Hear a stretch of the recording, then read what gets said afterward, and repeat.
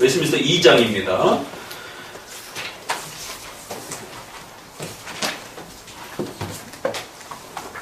자, 2장 같이 읽어봅니다. 69페이지. 2장 2항, 5장 2항입니다. 같이 읽습니다. 비록 제1원인이신 하나님의 예지와 작정대로 만물은 변함없고 틀림없이 발생하지만 동일한 섭리에 의해서 하나님께서는 만물이 제2원인들의 성질을 따라서 필연적으로 자유롭게 우연적으로 일어나도록 정돈하셨다. 1항은 정의고 2항은 그 섭리가 그럼 어떻게 일어나는가에 대한 아주 중요한 설명입니다. 그리고 이제 카페나 밴드에도 올라와 있죠. 그리고 밴드에 있는 이제 이런 글들을 목사님이 카페로 실시간으로 못 옮기니까 일단 밴드에서 좀 많이 참고하세요.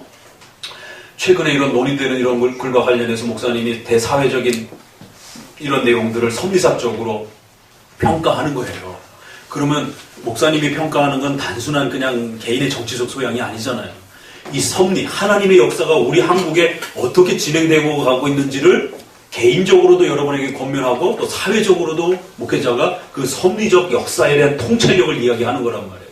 그러면 적어도 목사님은 일반 또 목회자도 아니고 신학자인 상태에서 더더구나 일반 신학자도 아니고 조직 신학자면 하나님의 섭리가 지금 우리 한국 사회에 이 지금 통일 문제로 이 아주 날카롭게 대치되어 있는 이 지금 사회에 조직 신학자로서 우리 사회의 하나님의 섭리적 그 역사를 어떻게 해석해내는지에 대해서는 여러분이 귀담아 들으셔야 돼요.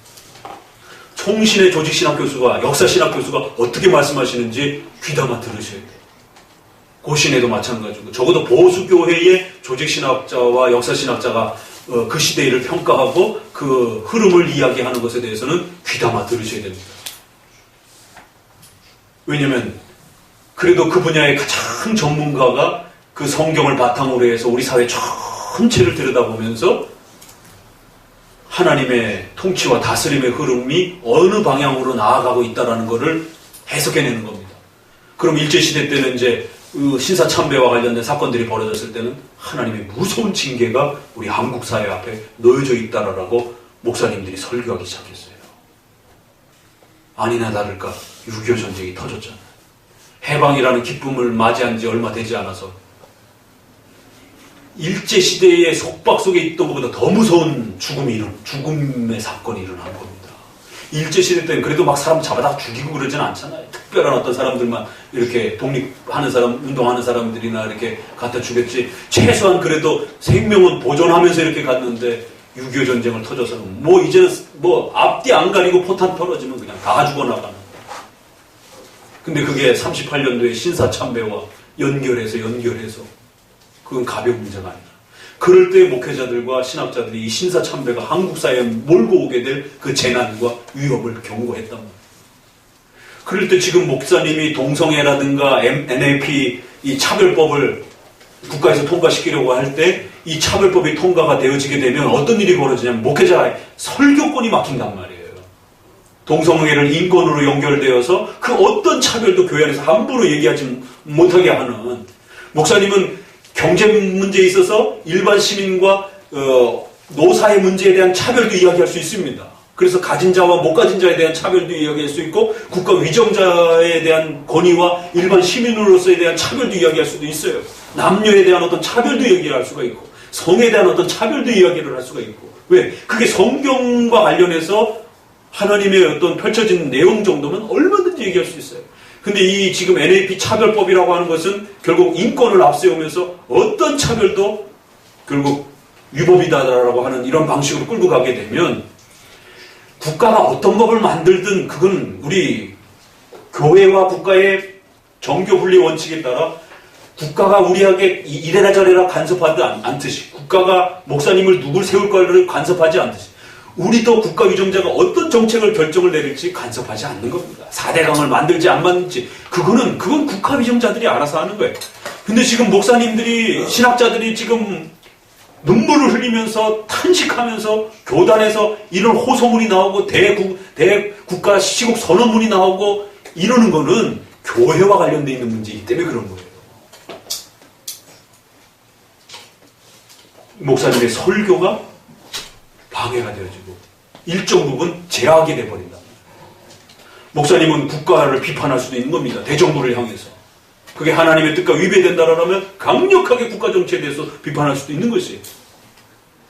목숨을 걸고 저항할 수 있는 겁니다. 근데 이제 그런 것들이 법률적으로 묶여버리게 되면 결국 목회자의 설교권의 침해가 되는 겁니다. 목사님을 안수는 국가가 안 했지라도 거기까지는 안 건드렸어요. 근데 그 목회자가 설교를 마음대로 할 수 없도록 제약을 해버리게 되면 그건 국가가 원하는 목회자만 세우는 형태가 되는 겁니다. 나중에. 그럼 목회자 임명권을 국가가 갖는 효과나 똑같은 일이 벌어지는 것이에요. 그래서 이 섭리 속에서 지금 한국 사회가 지금 처해져 있는 이 위기와 어려움, 또 만약에 이것을 국가가 허락하게 되면 국가가 어떤 벌을 받을 수 있는지에 대해서 목사님은 보수당이 좋은지 진보당이 좋은지 거기에 대해서 해석해내는 게 아닙니다. 정치적 성향을 해석해내는 게 아니라 하나님의 섭리가 지금 한국 사회에 어디까지 와 있는지에 대해서 경고하는 겁니다. 만약에 이러한 동성애를 허용하게 되면 국가가 망한다는 거예요. 교회가 망한다는 거예요. 이걸 지키지 못한 교회가 망하는 겁니다. 이 파급 효과가 국가 사회의 결혼이라든가 이 자녀 출생이라든가 이런 문제가 붕괴가 되어지게 되면 국가는 존재를 못합니다. 애들이 태어나질 않는데 어떻게 국가가 존재합니까? 이건 존립의 기반 문제라는 거예요. 일반 역사에서도. 그래서 동성애는 아주 특수한 어떤 이 주제라는 겁니다. 그렇기 때문에 강력하게 국가를 향하여 경고하는 거예요. 이 법이 만약에 인권법으로 통과가 됐을 때 국가 사회가 어떤 혼란에 처할 수 있는지 국가는 아직 경험해보지 못한 겁니다. 이제 해보려고 하는 거예요. 그러나 목회자는 2000년 역사를 공부하고 2000년 역사에 하나님의 뜻을 헤아리는 그런 또 지도자이기 때문에 그 시대의 국가를 향하여, 그 시대의 성도를 향하여 섭리적 메시지를 던지는 거예요. 직통계시처럼 예언은 하는 건 아니지만 성경을 통해서 하나님의 섭리가 어디까지 향하고 있는지, 그 국가를 하나님이 심판을 통해서 멸망시키려고 하는 섭리 가운데 있는지, 그 국가를 돕는 방식으로 하나님이 그 섭리가 형성되어 있는지, 오늘 우리가 읽었던 바벨론에 대한 명령에 대한 엄중한 선언이 쏟아지잖아요. 이스라엘이 70년 포로로 잡혀가기 전에 시드기야에게 마지막 경고가 쏟아지잖아요. 그 말 안 들으니까 결국 가장 비참한, 인류사에 있어서 가장 참혹하고 아주 혹독하다라고 하는 느부갓네살, 사람 가죽을 다 벗기고 반란이 일어날까봐 전부 다 처형해갖고 십자가에 걸고 자식들 보는 앞에서 처형시켜버리고, 그래서 시드기야도 자기 앞에서 자식들 다 죽어나가고, 오죽하면 시편에 땅바닥에다가 메어치라라고, 오늘 우리가 그 시편 찬송 불렀잖아요. 땅바닥에 저 바벨론의 자녀들 갖다가 땅바닥에 메어치는 자가, 복수하는 자가 하나님 앞에 복을 받을 거라. 이거 참 교회에서 찬송가 부르기에 이 저주시기 때문에. 그럼에도 불구하고 하나님의 심판. 왜? 이스라엘 백성들이 그렇게 당한 거예요. 바벨론 끌려올 때 자기들 부모 살아있는 눈앞에서 자식들을 갖다가 굶겨 죽인 것도 아니고 그냥 산채로 패대기 쳐갖고 죽인 겁니다. 이스라엘이 그렇게 벌을 받았어요. 불신자 국가가 아니라 이스라엘이 벌 받은 내용이 그런 내용. 그래서 이 바벨론의 이 포악함들에 대해서 똑같이 누군가 해줬으면 좋겠다. 그렇게 행하는 자가 복을 받을지어다. 그렇게 행하는 게 바벨론에게 복수를 행하는 자들이, 저들의 어미가 굶어 죽고 저들의 자식들이 굶어 죽고 저들의 자식들은 땅바닥에 내어치는 게 하는 자들이, 그렇게 복수하는 자들이 복을 받을 것이며, 이 시드기야 눈 다 빼앗기고 눈 파헤쳐져 쇠고랑에 쳐갖고 거지처럼 그렇게 땅바닥에 개처럼 끌려가는 거예요. 그럴 때 선지자들이 경고한 겁니다. 위험하다. 이렇게 가면 국가가 망하고 교회가 망한다. 일제시대 때도 동일하게 목회자들이, 보수 쪽에 있는 목회자들이 신사참배 사건을 결국 해석해내면서 우리나라의 하나님의 진노의 손길이 임박해 있다라고, 교회가 속히 회개하던 어떤 방식을 취해야 된다라고, 귀뚱으로 듣지도 않은 것이 결국 근대사에 가장 많은 사람들이 죽었어요. 임진왜란, 병자호란, 거기에 비하면 얼마 안 죽은 겁니다. 왜냐면 그냥 칼로 찔러 죽이고 이런 정도 수준이니까 아무리 많이 죽여도 힘들어서 못 죽이는 거예요. 근데 6.25 전쟁은 뭐예요? 그냥 포탄 한번 딱 털어지니까 100명, 200명씩 죽어나가는, 1000명씩 죽어나가는 거예요. 근데 1500년 가운데 그 외란, 그런 많은 그 전쟁이 일어나는 걸 다 합쳐도 6.25 전쟁 때 죽은 것만큼 안 죽는지 이런 비교가 나오는 거. 왜? 무기가 발달이 됐기 때문에. 그걸 우연이라고 해석하면 안 됩니다. 그래서 지금 이런 인식들을 갖고 있는 보수적인 목회자들은 동성애가 허용이 되어질 때 국가가 처하는 그 혼란함들, 또 교회 안에 목회자의 설교권을 차별법이라는 형태로 막연하게 막게 되면 교회의 목회자가 설교를 할 수 없는 이러한 교회의 독립성에 대한 엄청난 이 위험들, 이 부분에 대해서 국가가 하나님의 진노를 받을 수 있다는 것에 대해서 경고하는 겁니다. 다른 국가의 뭐 남북 정책을 뭐 트럼프하고 회담을 언제 할 건지, 어떻게 할 건지, 2번 할 건지, 3번 할 건지, 그러면 누가 알겠어요? 그거 어떻게 알겠어요? 그래서 이제 섭리가 어떻게 나타난다고요? 필연적으로, 자유롭게, 우연적으로. 이건 외우셔야 됩니다. 그래서 하나님은 인간을 사용하실 때 그 섭리 통치 역사 속에서 3가지 방식으로 역사하시는데, 창조된 질서를 따라 운영하시고 인간은 이성을 가지고 있기 때문에 또 자유로운 방식으로, 인간이 자유롭게 선택하고 움직이는 방식으로 인격을 그렇게 사용하는 방식, 마지막에 우연적으로는 그렇게 또 기적적인 방식으로, 말 그대로 정말 우연적인 그러한, 하나님에게는 우연이 없어요. 그러나 우리 인간에게는 우연이 있는 겁니다. 그래서 우연적으로라고 하는 이 표현이 등장하고 있습니다. 그래서 우리 성도들이 밴드의 글 읽으라고 하는 거는 이제 오늘 질문하셨기 때문에 이거 상당히 좋은 질문이다 그래서 제가 글을 조금 더 확장해서 쓴 겁니다. 왜 3장에는 예정을 다루면서 예지가 절대로 개념에 들어오지 못하도록 예지를 기초해서 예정하셨다. 예지를 미리 아시고 하나님이 예정하셨다. 이런 표현이 들어오지 못하도록 예지라는 단어를 철저히 빼는 방식으로 예정론을 설명했어요. 근데 5장에서는 1번에도 예지가 들어가고 2항에도 하나님의 예지와 작정대로, 예지라는 말을 상당히 강조합니다. 그렇죠? 그리고 우연이라는 말을 또 써요. 그래가지고 어떤 목사님이 이렇게 웨스트민스터 논의하다가 우연이라고 그랬다고. 어떻게 우리 크리스찬들에게, 신자에게 우연이 있느냐라고. 우리는 하나님의 절대 주권 속에서 모든 걸 하나님이 알고 계신 거죠. 우연이라고 말하면 안 된다라고. 근데 웨스트민스터는 우연이라는 말을 써요. 그러니까 그게 대상이 누구냐를 잘못 이해하고 있는 거예요. 신적 작정에서 말할 때는 우연이라는 말을 쓸 수는 없습니다. 그러나 섭리를 말할 때는 인간을 대응해서는 우연이라고 쓸 수 있는 겁니다. 왜? 인간은 그 하나님의 작정의 역사를 모두 다 모르기 때문에, 자기 앞에 펼쳐진 것만큼만 이해하기 때문에 인간은 우연적으로 사건이 발생이 되기도 하고 우연적으로 사람을 만나기도 하고 또 그렇게 살아가는 것이에요. 그래서 예지라는 방식, 예지는 선과 악을 이 사람이 할지 안 할지를 하나님이 살펴보시는 거예요.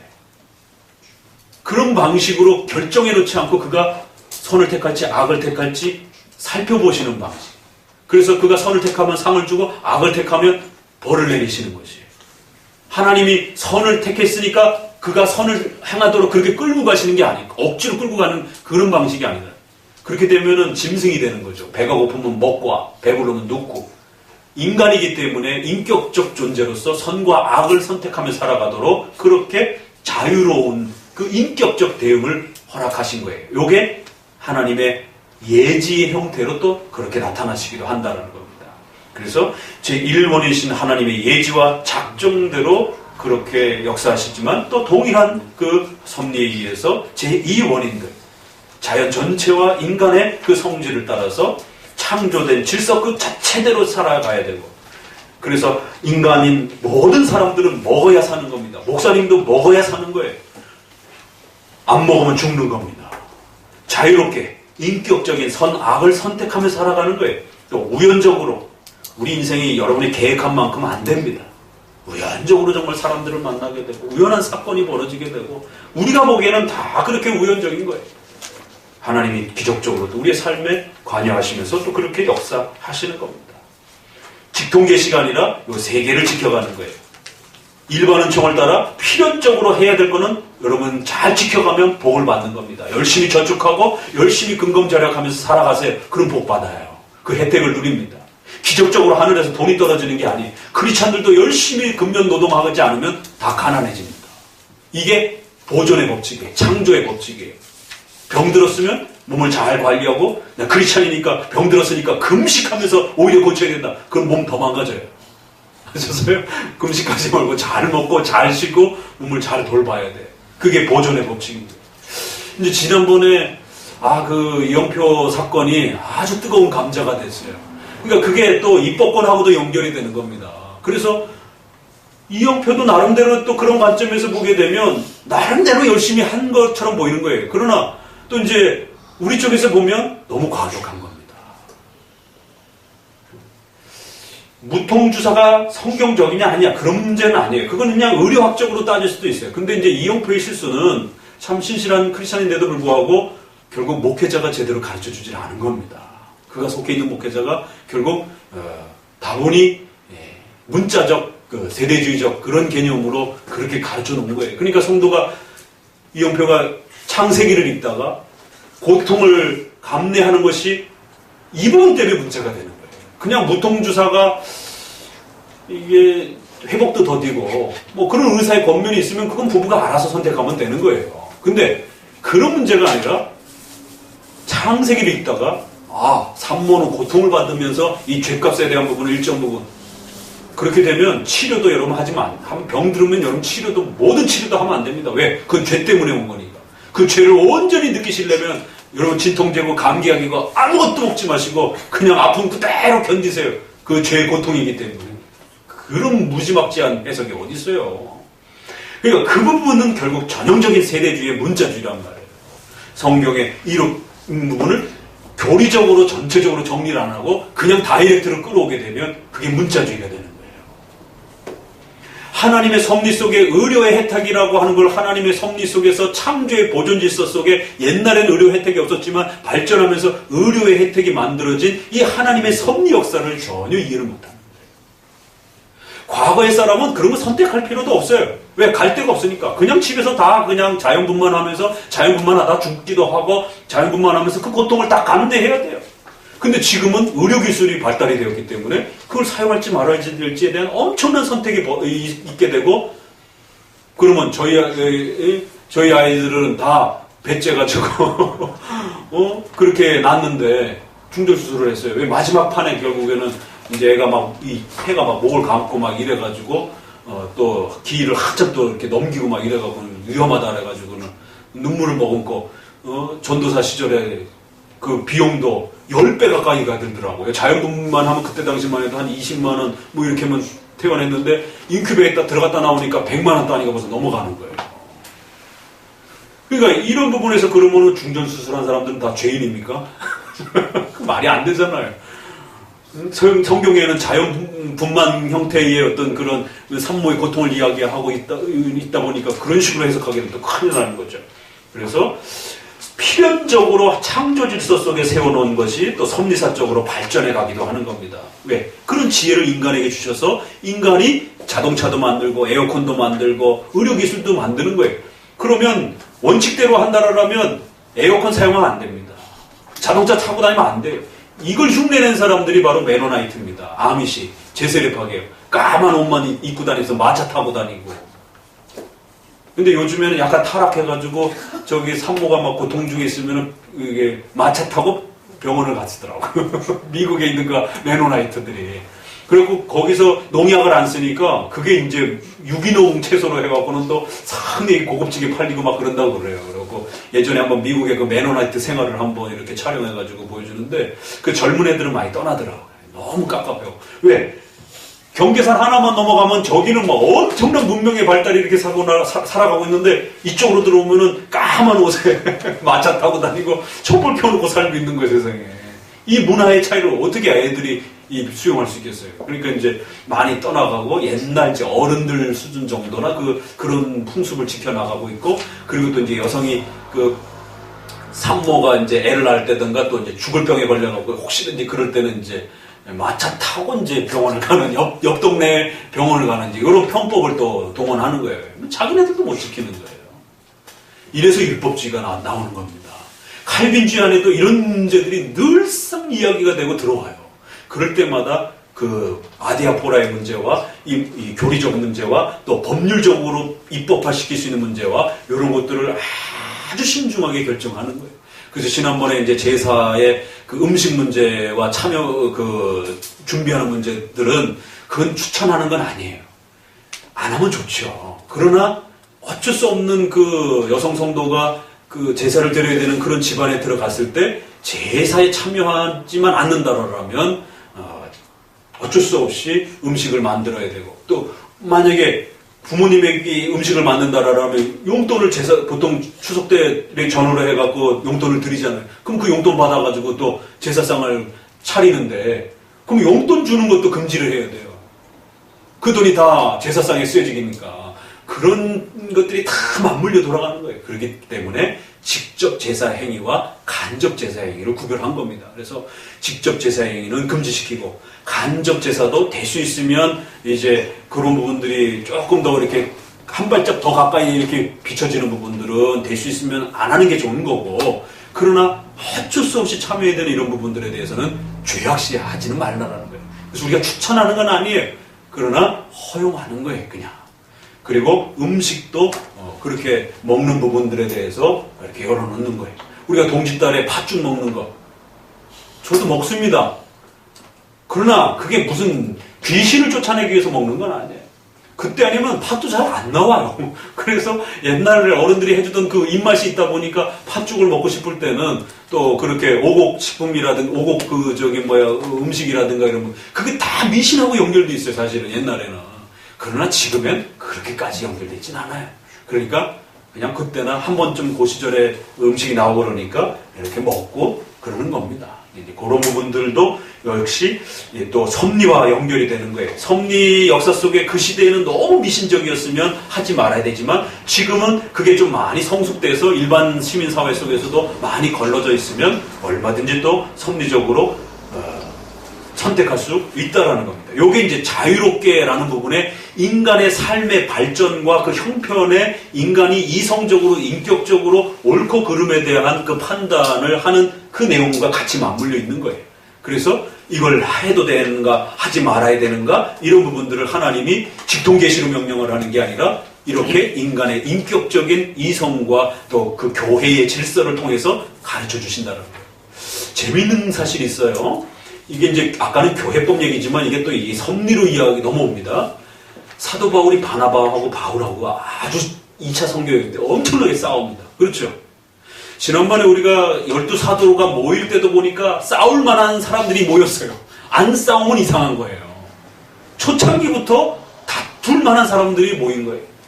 그리고 또 그 제자들 안에서도 선교여행에 엄청난 트러블이 생겼고, 그럼 간단해요, 해결점은. 직통계시를 받고 있던 시대이기 때문에 하나님이 그냥 직통계시로 하지만 말해주면 돼요. 근데 하나님이 한마디도 안 하셔요. 너희가 알아서 하는. 그거에 대해서 교회가 가타부터 말도 안 해요. 그냥 그래서 이쪽엔 마가 데려가고 이쪽에는 실라 데려가고. 왜 그렇게 하나님이 하셨을까? 왜 하나님이 그 엄청난 싸움인데, 교회가 세워져가는 그 초창기에 만약에 교회가 세워놓고 싸웠다 이렇게 생각해 보세요. 사도들이 싸웠다, 이 소문 나 보세요. 뭐 이 교회가 저래 맨날 사랑합시다 그래놓고는 지들끼리 싸워. 이거 큰일 날 문제입니다. 근데도 하나님이 그 위험성을 안고 내버려둔 거예요. 왜? 장차 이제 교회가 그 계시를 교회가 어떻게 사용해야 할지들을 미리 연습시킨 거예요. 사도들조차도 직통계시로 안 내려온 것에 대해서는 어떻게 돼? 의논하도록. 그래서 예루살렘 회의도 그거 바울에게 직통계시로 다 알려줘도 돼요. 아니, 사람을 죽이기도 하고 살리기도 하는 사람인데. 근데 하나님이 바울에게 말씀 안 하시는 거예요. 예루살렘 가서 회의하도록. 그래서 사도들하고 장로들하고 회의하는 거예요. 열심히 토론했는데도 합의점이 안 나요. 그러니까 또 지도급들이 다시 또 회의를 하는 거예요. 상당히 격렬하게 회의를 한 걸 보게 됩니다. 15장에서. 회의하는 버릇을 가르쳐 준 거예요. 회의하는 습관을 가르쳐 준 거예요. 사도들조차도 회의를 해가지고 하나님의 법을 정하고 뜻을 정했는데, 성경이 완성되고 난 이후에 목회자들이 모였을 때 회의해야 되겠어, 안 해야 되겠어요? 바울이 로마 여행으로 가는데 로마서를 보게 되면 내가 이런 여차여차해서 내가 로마로 가기를 원하노라. 가서 내가 너희들에게 이런 복을 같이 나누기를 원하노라. 근데 계획은 많이 했는데 그럴 때마다 막혔다. 미안하다. 이렇게 말을 해요. 그렇죠? 바울이 모자라가지고 뭘 계획을 합니까? 직통계시로 딱 가서 가면 되는 건데. 하나님이 직통계시를 안 줄 때는 어떻게 돼? 가야 될까 말아야 될까에 대해서 열심히 계획하고 의논해야 되는 거예요. 여러분이 뭔가를 해야 될 때는 섭리사적으로 열심히 계획하셔야 되는 겁니다. 더더구나 성경이 끝난 시대에는 여러분의 이성과 인격을 사용해서 누구랑 결혼해야 될지, 신자와 결혼해야 될 걸, 이건 선은 거졌어요. 그 다음은 하나님이 너희가 열심히 데이트해서 이 사람과 내가 평생을 해도 될지 말아야 될지를 너희가 결정하라는 거예요. 성경에 없어요. 누구랑 결혼해야 될지. 원칙 하나, 신자 안에서 결혼하라는 것만 남겨놓으셨어요. 이거는 지켜야 돼요. 그럼 그 다음은 너희가 이성적으로, 인격적으로 판단하라는 거예요. 세상에 데이트도 안 해보고 기도하고 나서는 결혼한다는 거예요. 이 정신 나가지 않고서야 그 사람이 어떤 사람인지, 어떤 성격을 갖고 있는지 어떻게 알아요? 아무런 데이트도 안 하고 그냥 신비적으로 결혼하는 거예요. 그래서 이혼율도 높은 겁니다. 저도 그렇게 결혼했어요. 반성하는 겁니다. 그래서 근데 저희는 안 헤어지고 겨우 살고 있어요. 왜? 중간에 웨스민스터로 바뀌었기 때문에. 근데 저희 때는 그렇게 목회자들이 가르쳤기 때문에 그렇게 결혼하는 것처럼 데이트도 안 하고 그냥 기도해서 점찍듯이 이런 식으로. 그러니까 이 자유롭게를 곡해하는 거예요. 그래서 성경의 원칙을 넘어섰으면, 그 안에서 잘 머물러 있으면 나머지 부분에 대해서는 얼마든지 그 사회의 통용적인 문화와 그 이성적 그런 시민적 수준을 잘 고려해 가면서 예절과 사랑에 어긋나지 않는 범위 내에서 얼마든지 여러분들이 자유롭게 결정하라. 야, 섭리를 얘기하는데도 자유로움이란 말을 왜 이렇게 칼빈주의가 많이 하는가. 양심의 자유, 이 말이 굉장히 많이 나와요. 1장에도 나오고 20장에도 이제 교회를 이야기하면서 제일 먼저 양심의 자유를 이야기해요. 31장에 교회법을 이야기하면서 또다시 31장에 양심의 자유에 맞춰서 국가에 대해서 우리가 조언할 수 있다, 이렇게 또 나와요. 도대체 이 양심의 자유가 뭘까? 우리는 자유롭게 결정해라. 섭리를 판단하고. 세 번째는 우연적으로. 이렇게 나눠지는 겁니다. 그래서 우리는 절대 직통계시가 아닙니다. 성경의 말씀을 따라 그 말씀 안에서 벗어나지 않는 범위 내에서 일반 은총을 사용하는 거고, 또 우리의 인격적인 또 그런 판단을 하나님의 말씀의 틀 위에서 자유롭게 사용하는 거고, 또 기적적으로 하나님이 우리의 삶에 개입하시는 방식으로 그렇게 우리를 다스려 가신다는 거예요. 그래서 섭리에는 예지라는 말과, 우리 알미니안주의 때문에 아주 굉장히 알레르기 일으키는 단어들이 있어요. 예지, 자유, 인간의 책임, 이런 거에 아주 굉장히 알레르기 반응을 보이는데, 의외로 웨스민스터에는 이렇게 섭리 부분에서는 예지, 자유롭게, 우연, 이런 말들을 아주 그냥 자유롭게 써요, 정말. 자, 몇 구절 중요한 것만 이제 정리하면서 마칩시다. 69장 둘째 줄 읽어봅니다. 같이 읽습니다. 신적 작정은 여러 개가 있는 것이 아니라 오직 하나의 뜻과 목적이 있지만 섭리는 이 작정을 이루시는 방법들이기 때문에 다양한 변화와 방식들이 일어날 수 있다. 그래서 하나님이 후회하신다, 바꿨다, 이런 말들이 나온다라는 거예요. 그래서 성도가 기도하지 않으면 응답 안 하시는 거예요. 성도가 악을 택하면 바꾸시는 거예요. 그럼 이게 내가 먼저 이걸 택해갖고 바꾼 건지 하나님의 작정이 그런 건지 우린 판단 못합니다. 거대한 틀에서는 하나님의 작정 속에 있는 거지만 우리가 내 앞을 바로 바라보고 판단할 때는 내가 바꿔갖고 내가 기도 안 해서 내가 악을 택해가지고 바뀌어지는 겁니다. 그 책임은 우리에게 또 있는 것처럼 그렇게 보여지는 것이에요. 그런 방식으로 하나님이 우리를 통치한다는 거예요. 두 번째 단락 읽어봅니다. 섭리의 다양성은 특별히 제2원인들의 성질에 초점을 맞추고 있다. 앞서 설명한 4개의 표현이 본항에서는 필연적으로, 자유롭게, 우연적으로라는 3개의 표현으로 소개된다. 필연적으로는 창조 질서의 보존을 통해서 일어나는 섭리 역사고, 자유롭게는 인간의 인격을 수단으로 사용하시는 섭리 역사고, 우연적으로는 통치처럼 기적과 같은 하나님의 돌보심의 역사로 나타나는 것이다. 제2원인들의 성질, 참 멋있는 말입니다. 이게 도대체 무슨 말일까? 제2원인들의 성질을 섭리의 수단으로 사용한다는 거예요. 알미니안주의의 차이는 뭘까요? 이거 맞추면 대단한 겁니다. 이제 우리 자매님이 예정과 예지를 사용하는 그 독특한 웨스민스터의 이 차이를 찾아서 질문하셨어요. 아주 잘 찾으셨습니다. 그 글은 꼭 읽어보세요. 제가 정리한 글. 자, 여기서 질문합니다. 제2 원인들의 성질을 섭리적 수단으로 이렇게 사용하시는 부분에 있어서 그러면 비슷해요. 자유롭게, 우연적으로, 예지 다 썼어요. 그러면 알미니안주의하고 우리하고 차이는 뭘까요? 그래서 목사님이 세설서 열심히 읽고 난 다음에 여러분 스스로 문제집 풀어보라는 거예요. 문제집 풀고 50점이면 다시 읽으셔야 되고 한 70점 정도면 상당한 수준이에요. 성도가 70점, 80점이면 상당한 수준이고 목사님들은 거의 90점 이상 나와야 됩니다. 왜? 개념이 정확해져야만이 그 문제집을 풀 수가 있어요. 그래서 제가 문제를 일부러 응용 형태의 질문으로 단답형은 이해할 수 있도록 답을 할 수 있어요. 그러나 응용해서 물으면 잘 대답을 못해요. 성도들이 삶에 적용할 땐 단답형으로 나오는 건 별로 없어요. 거의 다 말씀을 응용해서 적용해야 되는 현장이지. 그래서 응용할 수 있도록 교리를 응용해서 답해보도록 딱 꽈어요. 질문을 이렇게 한 번씩 다 꽈어요. 그렇기 때문에 그거에 대답하면 상당한 교리의 이해가 있다라는 거예요. 그래서 한번 쭉 해설집을 읽은 다음에 대답해보세요. 질문, 문제집 풀어보세요. 자, 이 제2 원인에 대한 섭리에 있어서 알미니안주의하고 우리하고 그럼 뭐가 다를까요? 사람? 뭐가 달라요? 알미니안주의자들이 말하는 섭리관과 우리가 말하는 섭리관은 뭐가 차이가 나는 거예요? 이건 더 어려워요. 예지, 예지 순서도 아니에요. 자유, 일반 은총의 이런 것들, 또 모든 주어진 예지, 이거 다 사용하라는 거예요. 그러면 알미니안주의자들 그거 제일 좋아하는 거거든요. 근데 우리 또 칼빈주의자들도 현장의 삶 속에서 이거 다 사용하라는 거예요. 그럼 알미니안주의하고 우리가 뭐가 차이가 나는 거예요? 원론적으로 우리는 작정에서부터 배워가는 것이지만 그거 말하지 말고 그건 일단 출발된 거고 실무적 차원에서 우리가 이거 다 사용하는 것과 알미니안주의자들이 그걸 사용하는 것과 뭐가 다르냐? 응? 이거 마지막 질문하고 맞춰봅시다.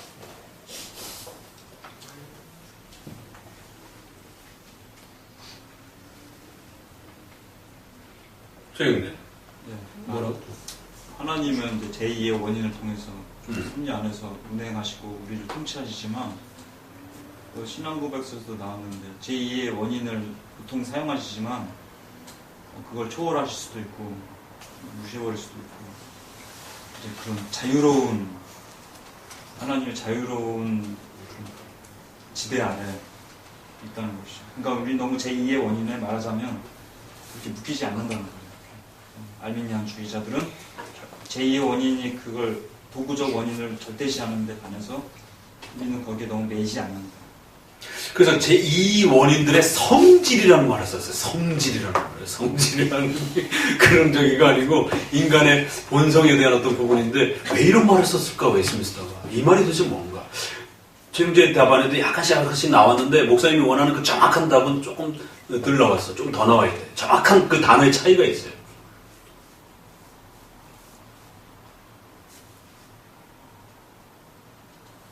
집사님, 한번 좀 생각나는 차이 있어요? 성질이라는 말을 약간 다른 말로 바꾸면 되는 거예요. 그 단어가 뭐냐라는 거예요. 알미니안주의자들도 자유, 또 우연적 일반은총회 이런 국가사회 이런 것들 다 우리도 다 사용하는데 그럼 왜 저들은 인본주의가 되고 왜 우리는 신본주의가 되냔 말이에요. 책임 문제가 있네. 저들도 책임 이야기하고 우리도 책임 얘기해서 목사님 공방전에 얘기했잖아. 기도 안 하면 못 받아. 악을 택하면 벌 받아. 이거 알미니안주의들 다 얘기해요. 칼빈주의자라고 해서 기도 안 해도 하나님이 다 응답해 주십니다. 천만의 말씀이에요. 기도 안 하면 하나님 응답 안 해주십니다. 본질이 다르고. 그래서 본질이 달라요. 그걸 어떻게 표현해야 되겠어? 그 차이를 좀 명확하게 이제 구별시켜 주려면. 우리는 그 섭리가 하나님부터 출발하고 알미니안들은 밑에서 인간으로 피조물로부터 시작한다는 거예요. 그러니까 그걸 한 단어, 좋은 단어로 이렇게 말해보라는 거예요. 그 비슷한 의미를. 뭐라고? 주권 아니에요? 이 제2 원인의 성질이라는 이 단어와 연결돼서 나올 수 있는. 저희들 의지. 그래서 열심히 일단 잘 읽고 난 다음에 생각하셔야 되는 거예요. 답이 빨리 안 나오니까 그냥 정리합시다. 섭리의 수단으로 사용하신다. 그게 나옵니다. 그 밑에 줄 나오잖아요. 알미니안주의는 인간의 인격적 책임을 지나치게 강조하고요. 특히 알미니안주의는 하나님의 인간의 인격을 섭리의 수단으로 사용하는 방식을 이해하지 못해서 50대 50으로 하나님과 인간이 협력하는 신인 협력주의를 주장한다. 그러나 장로교는 인간의 의지를 섭리수단으로 생각하는, 알미니안주의는 섭리수단으로 생각하는 게 아니라 섭리를 가능케 하는 원인이나 능력이나 주체로 생각한다는 거예요. 이 짧은 표현이지만 이게 섭리에서 거의 비슷한데 둘이 다른 이유입니다. 우리는 그 섭리를 하나님의 작정을 이루어가는 수단으로 이해하는 겁니다. 근데 저들은 그걸 하나님 앞에 협력할 수 있는 하나의 능력적 도구로 생각하는 거예요. 그러니까 저쪽은 보태는 도구로 생각하는 거고 우리는 하나님의 통치가 이루어져가는 하나님의 통치 수단으로 생각을 하는 거예요. 그래서 알미니안주의자들은 자기네들이 도와줘야 된다라고 생각하는 겁니다. 그러나 우리는 우리가 하나님을 도와줘야만이 역사가 일어나는 게 아니라 하나님의 역사를 이루시기 위하여 인간의 의지와 인간의 삶을 하나님이 사용하시는 거예요. 이성을 사용하시는 거예요. 그래서 인간은 짐승처럼 본능으로 다루시는 게 아니라 인간의 인격적 선악에 대한 대응을 하나님이 원하시는 겁니다. 그게 통치 수단이라는 거예요. 그렇기 때문에 기도 안 하면 응답 안 주시는 겁니다. 왜? 인격적 대응 수단으로 인간이 기도해서 하나님 앞에 간청해서 받도록 그렇게 하나님이 열매를 만들어 놓으신 거예요. 또 좋은 일도 선을 여러분이 열심히 선택하는 방식으로 여러분이 선의 열매를 누리도록 그렇게 섭리수단으로 만들어 놓으셨다. 그러니까 열심히 데이트해야 되고 열심히 금검 전략해서 돈을 모아야 되고 열심히 공부해야 되고 또 열심히 최선을 다해서 또 학문을 닦아야 되고 그래서 수준 높은 시민이 되기 위해서 또 열심히 최선을 다해서 이런 인문학 공부도 해야 되고 왜 칼빈주의가 성경만 읽어야 되지 왜 인문학 공부를 해야 됩니까? 이 섭리 때문에 그런 거예요. 성경만을 통해서 자라가는 게 아니에요. 인문학을 통해서 일본은총의 이 또 수준을 통해서도 인간이 자라가게 하셨단 말이에요. 그래서 성경은 잘 아는데 되게 무식하고 무례하고 아주 몰상식한 사람이 존재하는 겁니다. 성경만 공부하면 일본은총의 예의와 철학과 문학을 배워야 그 시대에 사람들이 쓰는 보편적이고 품격 있는 언어도 사용하는 거예요. 성경만 가르쳐 보세요. 말 막합니다. 그 예수님 믿는 사람인데 정말 사람 됨됨이가 완전 이런 일이 벌어질 수 있는 거예요. 열심히 공부하고 열심히 저축하고 열심히 데이트하고 열심히 경건 생활을 하면서 섭리가 만들어져 가는 거예요. 이게 신비주의하고 우리하고 다른 거예요. 신비주의는 무턱 다 포기해버리고 그냥 기도에만 매달리는 거예요. 그러나 장로교는 하나님이 주신 섭리의 수단을 잘 사용하면서 하나님의 말씀의 원칙에 머물러 있는 겁니다. 근데 알미니안주의와 세속주의는 그 수단만 사용하는 거예요. 그 수단이 모든 걸 다 만들어갈 수 있다라고 또 그렇게 호언장담을 하는 것이죠. 우리는 수단에 열심히 참여하되 그 수단을 통해서 하나님이 어떤 역사를 어떤 방식으로 만들어갈지 또 그건 아무도 모르는 겁니다. 그러나 기본적인 건 그 수단을 통해서 건강과 또 이런 재물과 이런 모든 것들이 만들어져 가는 것이. 하나님이 직접 만들어도 돼요. 아담과 하와처럼. 근데 왜 결혼을 시켜가지고 애를 만들도록 합니까? 그건 똑같은 거예요.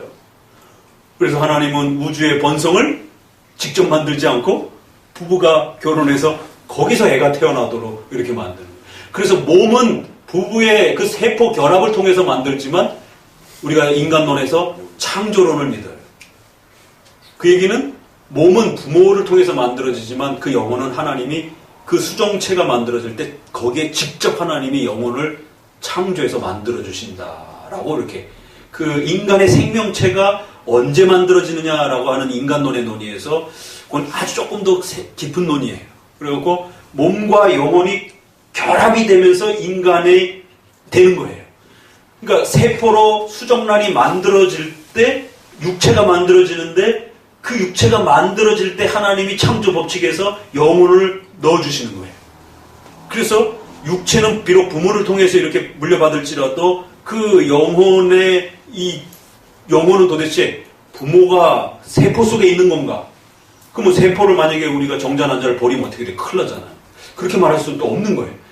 분명히 수정체가 될 때 영혼이 만들어지는 거예요. 그럼 도대체 이 영혼은 어디서 오느냐라고 했을 때 그게 세포에서 온다라고 하기엔 참 굉장히 어려운 거예요.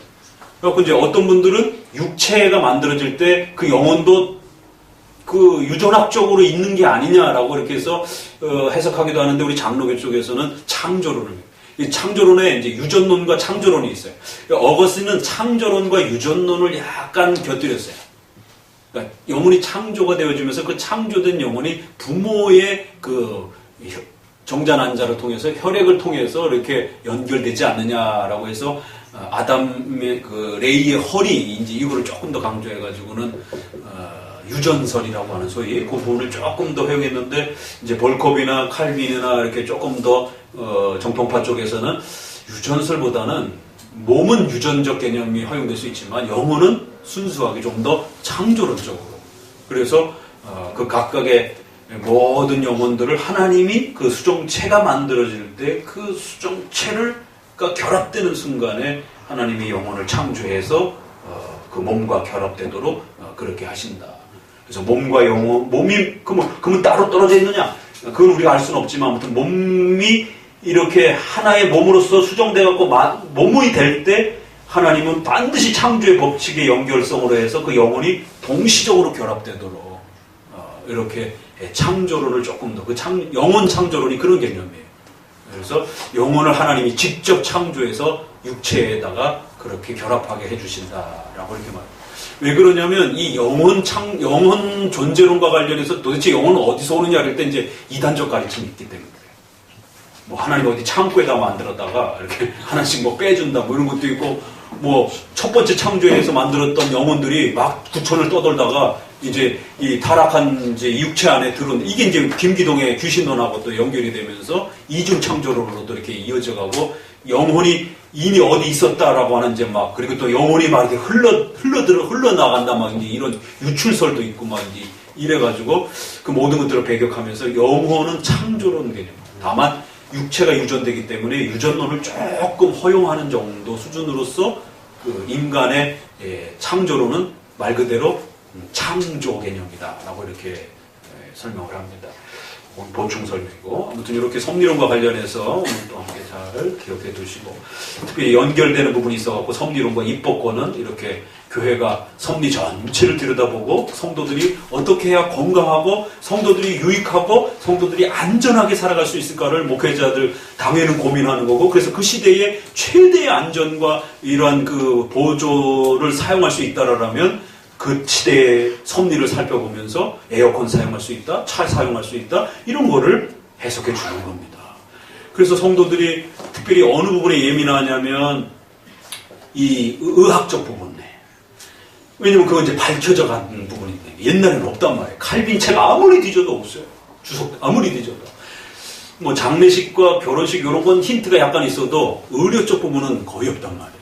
훨씬 더 발전해서 우주와 관련된 부분도 그러니까 체세포 복제, 이 복제 문제에 대해서 그랬을 때 우리 줄기세포는 반대하고 체세포, 성체세포 연구는 열려져 있는 이런 정도의 형태이고 또